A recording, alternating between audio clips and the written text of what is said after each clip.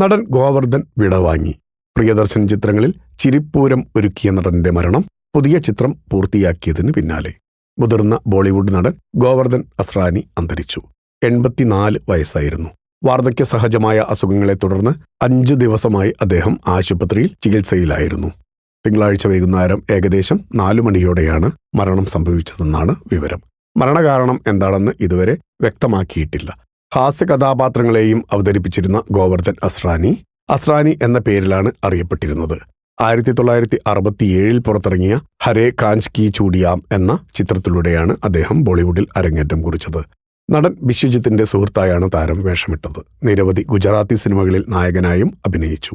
5 പതിറ്റാണ്ടിലേറെ നീണ്ട അഭിനയ ജീവിതത്തിൽ 350-ൽ സിനിമകളിൽ അഭിനയിച്ചിട്ടുണ്ട്. എക്കാലത്തെയും ക്ലാസിക് ചിത്രമായ ഷോലയിലെ ജയിൽ വാർഡനായുള്ള അദ്ദേഹത്തിന്റെ കഥാപാത്രം ഇന്ത്യൻ പോപ്പ് സംസ്കാരത്തിലെ ഒരു ഐക്കോണിക് വേഷമായി ഇന്നും നിലനിൽക്കുന്നു. പ്രിയദർശന്റെ റിമേക്ക് സിനിമകളിലൂടെയാണ് മലയാളികൾ അസ്രാനിയെ ഇഷ്ടപ്പെട്ടു തുടങ്ങിയത്.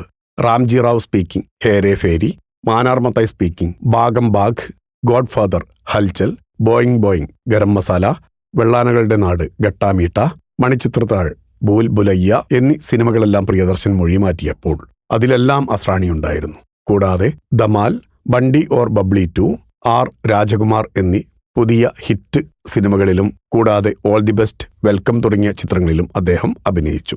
പ്രിയദർശന്റെ ഇറങ്ങാനിരിക്കുന്ന ഭൂത് ബംഗ്ല, ഹൈവാൻ എന്നീ ചിത്രങ്ങളിലാണ് അസ്രാനി അവസാനമായി അഭിനയിച്ചിരിക്കുന്നത്. അസ്രാനിയുടെ ഭാര്യ മഞ്ജു അസ്രാനി. ഇവർക്ക് കുട്ടികളില്ല. മുംബൈ സാന്താക്രൂസ് ശ്മശാനത്തിലായിരുന്നു അന്ത്യകർമ്മങ്ങൾ നടന്നത്. ആദരാഞ്ജലികളോടെ ഫിലിം കോട്ട്. നിങ്ങളുടെ കരുത്തിൽ ഞങ്ങൾ ഉയരുകയാണ്. സബ്സ്ക്രൈബേഴ്സ് 10 ലക്ഷം കടന്നിരിക്കുന്നു.